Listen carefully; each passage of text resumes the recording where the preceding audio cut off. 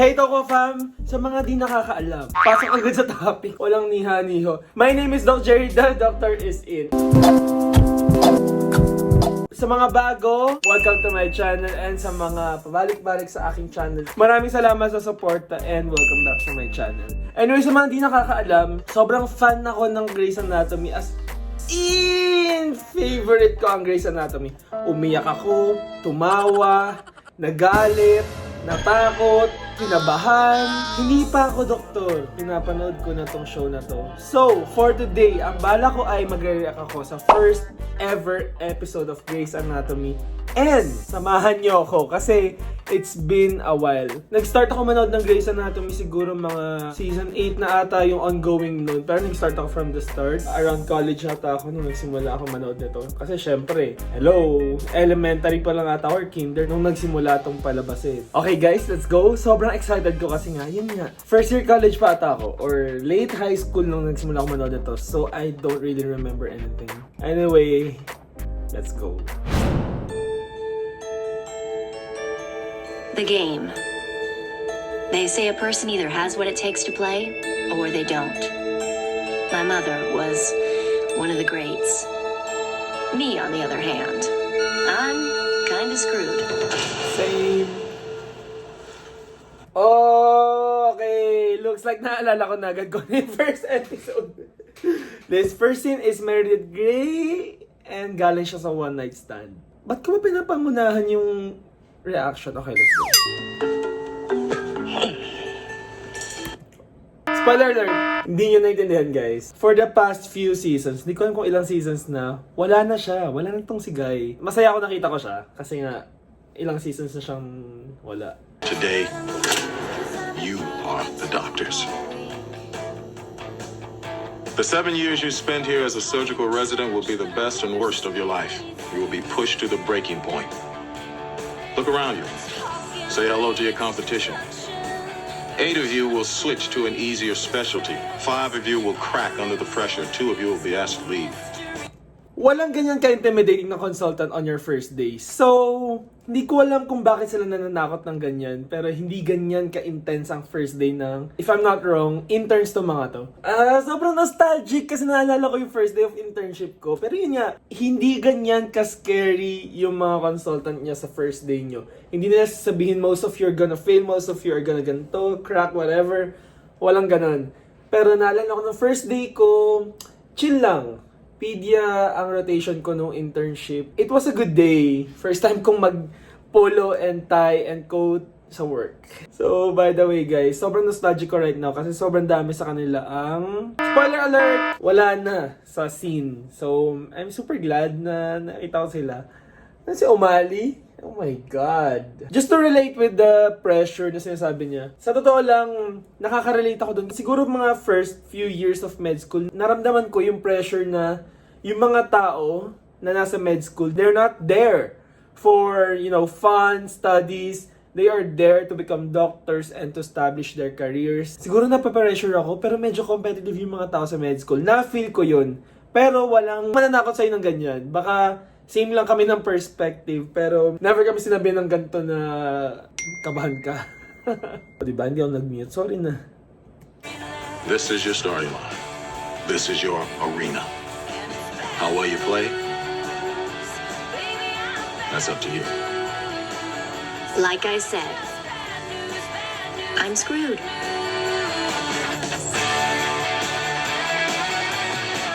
First day of internship. That's what we all say. We're screwed! We're screwed. We're screwed. We're screwed. Dapat, naaral nyo lahat sa med school, pero pag intern ka na, iba eh. Iba talaga yung pressure na parang, technically MD ka na. You get that degree from med school, pero hindi ka pa lisensyado to practice. So, alam mo yun, sobrang gray area. Hindi mo alam kung doktor ka na or hindi pa. Pero technically, doktor ka na.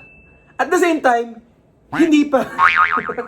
Your first shift starts now and lasts 48 hours. Your interns, grunts, nobodies, bottom of the surgical food chain. You run labs, write orders, work every second night until you drop, and don't complain. On call rooms, Attendings hog them, sleep when you can, where you can, which brings me to rule number 3. If I'm sleeping, don't wake me unless your patient is actually dying. Rule number 4, the dying patient better not be dead when I get there. Not only will you have killed someone, you would have woke me for no good reason. We clear?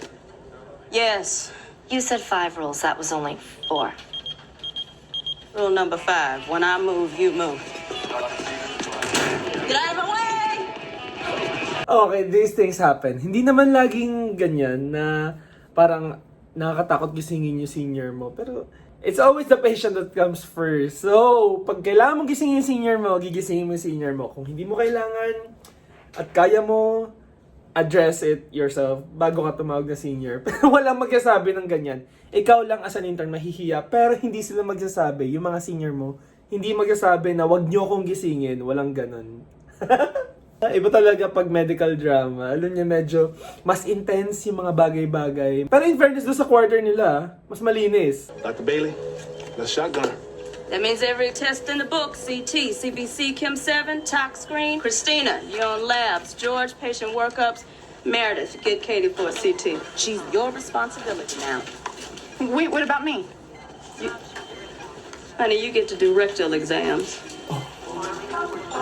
Sa Pilipinas, hindi natin ginagawa yung shotgun test. Hindi natin ginagawa yung pa-CT mo, pa-labs mo, pa-x-ray mo, pa-MRI mo, lahat-lahat na pa-ultrasound mo, lahat. Hindi natin ginagawa yun kasi what we teach in the Philippines or what we are taught in the Philippines are i-request lang natin kung ano yung kailangan natin i-request. Kasi kung hindi natin kailangan gawin, ba't natin gagawin? We're just exhausting resources. We're just exhausting money. Siyempre, gastos yun sa pasyente. Unlike sa ibang bansa kasi, sa totoo lang, kaya nila ginagawa yun. And kaya nila free na ginagawa yun kasi nga, libre sa kanila. They have good healthcare system and healthcare services and insurance coverage. Sa atin, kinoconsider natin yung kakayanan ng pasyente.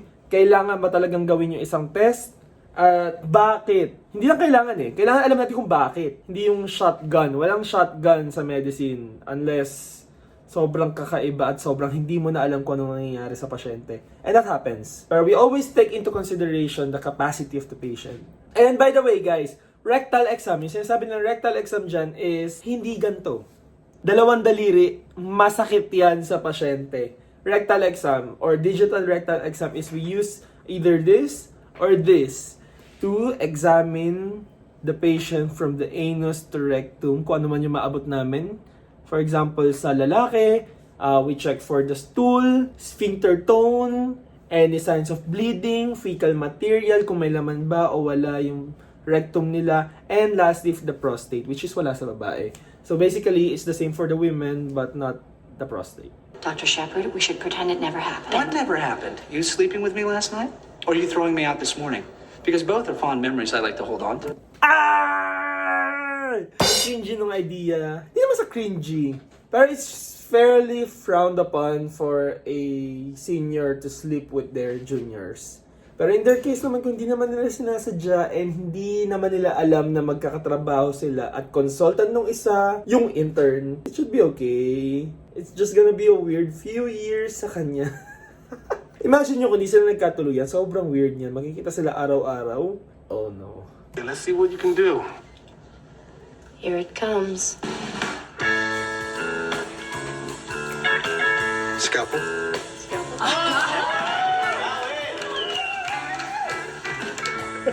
That burn is trouble. All you have to do is invert the stump into the cecum and simultaneously pull up on the purse strings, but be careful not to break them. You rip the cecum. You got a bleeder. You're filling with stool. What do you do now? Think. You start the suction, and you start digging for those purse strings before she bleeds to death. Bucky, give him a clamp. BP's dropping. He's choking. Come on, George. Today, pull your balls out of your back pocket. Let's go. What are you waiting for, suction? Getting too low, folks. First and foremost, I'm not sure if the same ang intern pala nila sa intern ng Philippines. Sa intern ng Philippines, we literally are not residents and we are not licensed yet. Konti lang institutions na pumapayag na gawin ng intern yung isang procedure, lalo na yung isang ganyang operation. Kahit na appendectomy lang yan, hindi masyado pinapayagan ng mga interns. Siguro sa government, supervised sila to do it and they are allowed to do it. Pero sa private, it's a no-no. Taga-assist lang talaga ang interns sa amin. Pero here ata, iba ata ang sense sa kanila. I think first year interns there are actually parang transition stage siya for residency. So sila ay parang sure slot na ata sa surgical or sa surgery program. Hindi talaga ina-allow to. Or at least sa mga experience ko, hindi ina-allow ang isang intern na mag-opera. So, eto, lalo na first few days pa lang sila, tapos papayagan mo yung isang intern mag-opera ng ganyan. Syempre talaga matatakot siya pag nagkaroon siya ng bleeders na malala. Siguro. Kasi nag-choke siya eh. And bumababa yung BP. So, I assume the bleeder is a really big bleeder na nagpapababa ng BP ng pasyente eh. Still VFib, nothing. Charging. 19 seconds. VFib. VFib is ventricular fibrillation, wherein ang heart kasi natin divided yan sa 4 chambers. We have atrium, atrium. Basta may left at right, both atrium and ventricles. So, ventricular fibrillation actually means that your ventricle is not pumping as it should, and ganyan lang siya. Parang hindi niya alam kung anong gagawin niya. Pero technically kasi dapat, pagka-pump ng atrium mo, pump ang ventricles mo. In cases of ventricular fibrillation, yung ventricles mo sa ilalim ng heart, ganyan lang ang pump niya. Hindi siya nagpa-pump ng dugo. Yun kasi yung malakas. Yun yung major chambers of the heart na nagpa-pump ng dugo throughout the body. So, kung ganyan lang siya, pero yung aorta mo, tama yung pump, walang nangyayari. Nagpo-pull lang siya. And that is a medical emergency wherein the patient can die. Maraming causes ang ventricular fibrillation. And kung makikita nyo, it's really an emergency. We have to resuscitate the patient. Charge to 300. 300. Anything? 27 seconds. Charge to 360. Come on, Katie. 49 seconds. At 60 seconds, you're supposed to admit another Charge drug. again. Charge again. In fairness sa kanila, I think their intern is considered as first-year residents here sa Philippines. Kasi sa amin, pag residente ka agad. Pero sa kanila ata, may parang gray area na transition bago sila mag-residente. And dito sa amin kasi, we don't just lead code blues or yung mga ganyan na resuscitation, kailangan naming i-rescue yung pasyente as interns. Pero kung residente na siya dyan, most probably, naturuan sila, na-train sila for that. So, good job, Gray!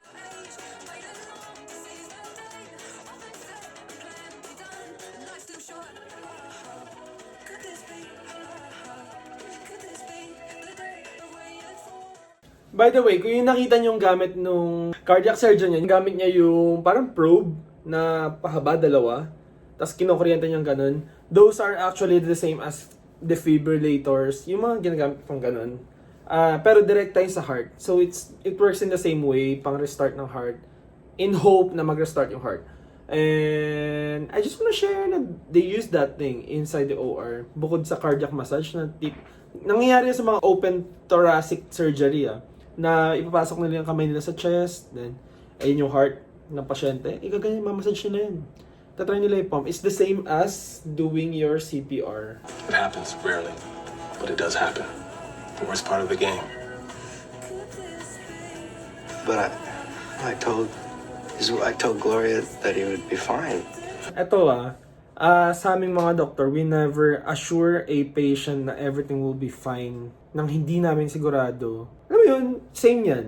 Namatay yung pasyente, tapos sinabihan mo yung wife or yung husband na everything will be okay, the patient will be fine, gagaling siya, lalabas siyang buhay. All operations have risk. So, tulad yan, rare ang nangyari sa kanya, hindi na pre-predict. And then namatay yung pasyente. You don't really promise someone na 100% okay ang outcome. That's scary for someone. And that's very painful for a patient or a relative ng isang pasyente. Sobrang sakit nun. So, sa amin, we always tell our juniors na don't promise anything. You have to say things as is. Pupunta yung pasyente sa operation, may risk yan. Before, kahit i-assess nyo pa yan before the operation, may risk yan. During the operation, may risk yan. And after the operations, may complications yan. So, ilalatag mo lahat. Ilanatag mo lahat, pasyente ang bahala. You don't promise na everything will be okay. From the get-go, hindi ganun. Masasaktan yung pasyente, maraming masasaktan in the process. You know what? They have 4 little I'm not gonna girls. let you to promise anything. This is my case. Did you hear me promise? The only one that can keep a promise like that is God, and I haven't seen him holding a scalpel. Promise I'd make her look cool. Apparently being a bald beauty queen is the worst thing that happened in the history of the world. Did you choose me for the surgery because I slept with you? Yes. I'm kidding. I'm not gonna scrub in for surgery. You should ask Christina. She really wants You're it. Katie's doctor. And on your first day, with very little training, you helped save her life. You earned the right to follow her case through to the finish. You shouldn't let the fact that we had sex get in the way of you taking your shot.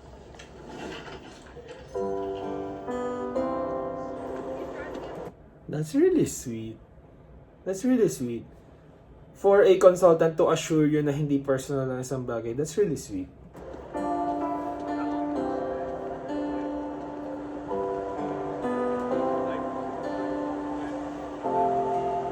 I wish I wanted to be a chef, or a ski instructor, or a kindergarten teacher.